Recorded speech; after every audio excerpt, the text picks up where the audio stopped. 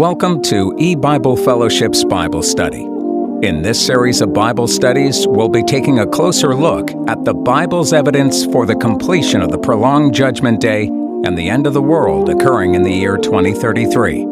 And now here's your host and Bible teacher, Chris McCann. Hello and welcome to E-Bible Fellowship's Bible study in the book of Jonah. This is study number 6 in Jonah chapter 3. And this is part of an ongoing series that is looking at the biblical evidence for the end in the year 2033. In the Jonah studies we're doing now, we've been discussing the two outpourings of the Holy Spirit that the Bible likens to two rains, early rain, latter rain. And also, we want to look at the fruit from these rains. And in a very curious way, God has laid out the fruit in Revelation chapter 7 by using the figure of Israel. And of course, that's how God wrote the Bible, in parables. And Jesus was asked, why do you speak unto them in parables? And he answered in Matthew 13, because it is given unto you to know the mysteries of the kingdom of heaven. He substituted the word mysteries for parables, but to them it is not given. In other words, parables serve to hide the truth, and the ungodly, the unsaved, those never chosen by Christ, for whose sins he never paid for, they will never understand the Bible because it's hidden information.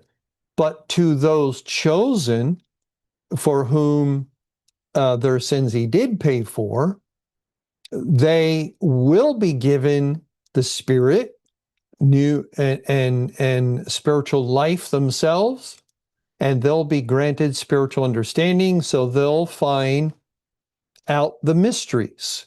God will give them understanding of the things of the Bible. And God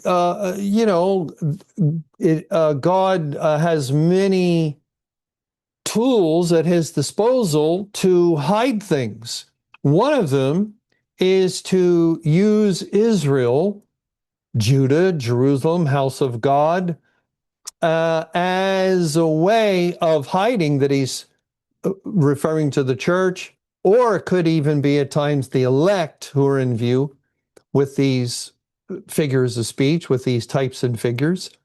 And he's done that in Revelation 7 by using Israel, when really he's speaking of those saved in the churches during the church age. All saved throughout the whole church age are represented by the 144,000. I'll read again, Revelation 7, verse 3, saying, hurt not the earth, neither the sea, nor the trees, till we have sealed the servants of our God on their foreheads. And I heard the number of them which were sealed, and there were sealed 144,000 of all the tribes of the children of Israel. To be sealed, I mentioned this before, but let me quickly read it. 2 Corinthians 1, verse 22, who hath also sealed us and given the earnest of the Spirit in our hearts. If you're sealed in that way, you're saved. So to be sealed means to be saved. And so the number of them sealed, 144,000, verses 5 through 8. I'll read verse 8, but 12 tribes are mentioned to represent fullness. It's the fullness of all those saved during the church age. Of the tribe of Zebulun were sealed 12,000. Of the tribe of Joseph were sealed 12,000. Of the tribe of Benjamin were sealed 12,000. And that, again, that's the numbering of the 12th tribe by that point. And 12,000 from the 12 tribes. Total, 144,000. Well, then verse 9 says, after this I beheld, and lo, a great multitude, which no man could number, of all nations and kindreds and people and tongues, stood before the throne, and before the Lamb clothed with white robes and palms in their hands. Who are they? Who are they? We just read of 144,000. After this, when we have understanding and we've done our homework, and let me prove that they are identified with the church age, turn to Revelation 14. Revelation 14, starting in verse 1. We read there, and I looked, and lo, a lamb stood on the Mount Sion, and with him 144,000, having his father's name written in their foreheads. Okay, 2 points of identification. Same number, 144,000, same language, father's name written in their forehead. They're sealed in their forehead. Remember in Revelation 7, 3 and 4, sealed the servants of our God in their forehead. And then it says in verse 2, and I heard a voice from heaven as the voice of many waters, as the voice of a great thunder, and I heard the voice of harpers harping with their harps, and they sung as it were a new song before the throne and before the four beasts or four living creatures and the elders, and no man could learn that song but the 144,000 which were redeemed from the earth. These are they which were not defiled with women, for they are virgins. These are they which follow the Lamb whithersoever he goeth. These were redeemed from among men, and to be redeemed is also language of salvation. God has purchased us, redeemed us, being, let me read it again. These were redeemed from among men, being the first fruits unto God and to the Lamb. The 144,000 are the first fruits. They identify with Pentecost with the first outpouring of the Holy Spirit, the early rain, the first rain. But there's two rains. And just to show what I mean, let's go back to Leviticus 23. Leviticus 23, excuse me, and we read in Leviticus 23 about Pentecost in verse 17. You shall bring out of your habitations 2 wave loaves of 2 tenth deals. They shall be of fine flour. They shall be baken with leaven. They are the first fruits unto Jehovah. And then God goes on to tell us about other feasts. There are 3 main feasts in the Hebrew calendar that God commanded: Passover, the first, and Pentecost, the second, and Tabernacles, the third. And with the Feast of Tabernacles, there was another feast held in conjunction with that feast. We read in Leviticus 23, verse 34, speak unto the children of Israel, saying, the 15th day of this 7th month shall be the Feast of Tabernacles, 7 days unto Jehovah. And then a little further down, verse 39, also in the 15th day of the 7th month, when ye have gathered in the fruit of the land, ye shall keep a feast unto Jehovah 7 days. On the first day shall be a Sabbath, and on the 8th day shall be a Sabbath. So Feast of Tabernacles, also this Feast of Ingathering. And this is in the 7th month. Passover was the 14th day of the first month. 50 days later will be Pentecost, and that would be around the 5th or 6th of the 3rd month. So after that would be the next feast would be in the 7th month.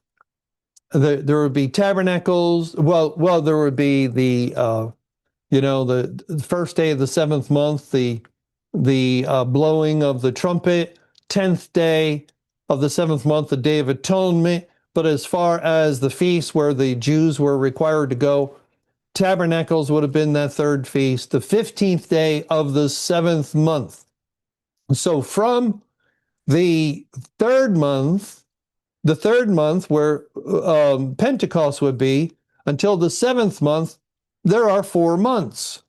And that would probably help, I believe, helps us to explain John 4, where Christ is speaking of a period of 4 months. And he says in John 4, verse 34, Jesus saith unto them, My meat is to do the will of him that sent me, and to finish his work. Say not ye, there are yet 4 months, and then cometh harvest? Behold, I say unto you, lift up your eyes, and look on the fields, for they are white already to harvest.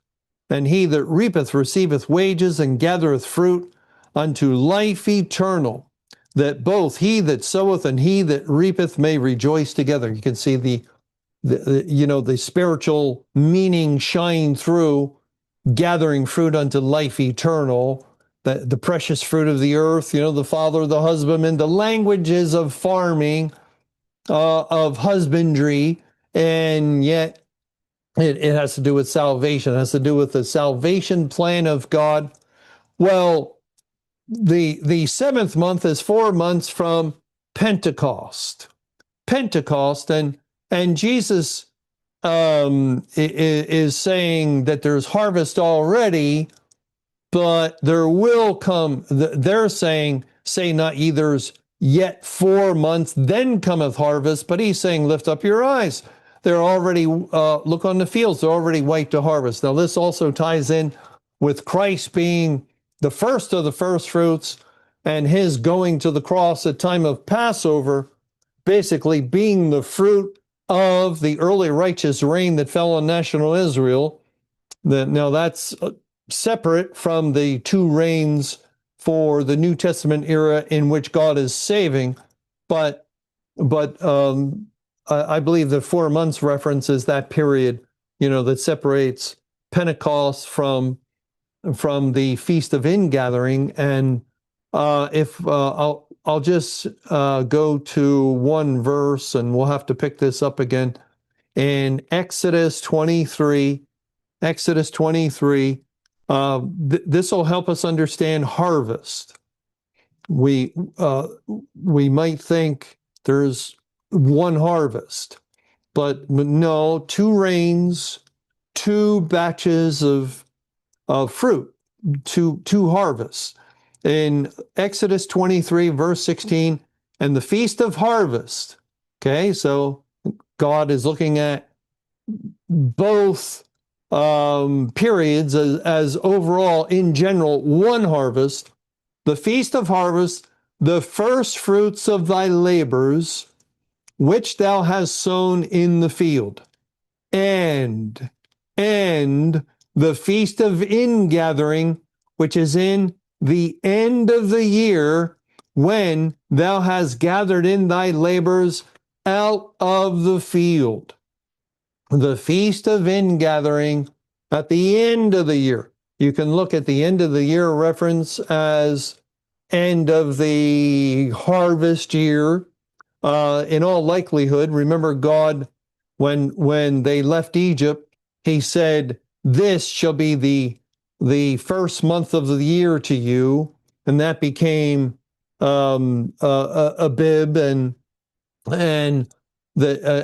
from that point forward, Israel had that first month at that point, but it was more than likely related that, or it was more than likely that Israel had a different calendar leading up to that point, and then God changed their calendar. So we can understand that 7th month reference, and it's referred to in a few places as the end of the year, to historically identify with it probably was the end of the year before God changed their calendar, but also spiritually, it would identify with the end of the year of salvation, the Jubilee year, the day of salvation, the acceptable year of the Lord is often tied to the language of the day of salvation. It's an acceptable year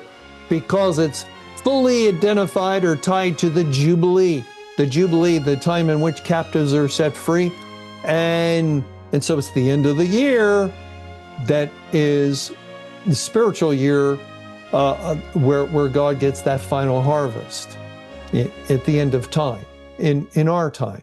Thank you for joining us for E-Bible Fellowship's Evening Bible Studies with your host and Bible teacher, Chris McCann. For more studies and information, visit our website at www.ebiblefellowship.org. Until our next Bible study, may the Lord's perfect will be done.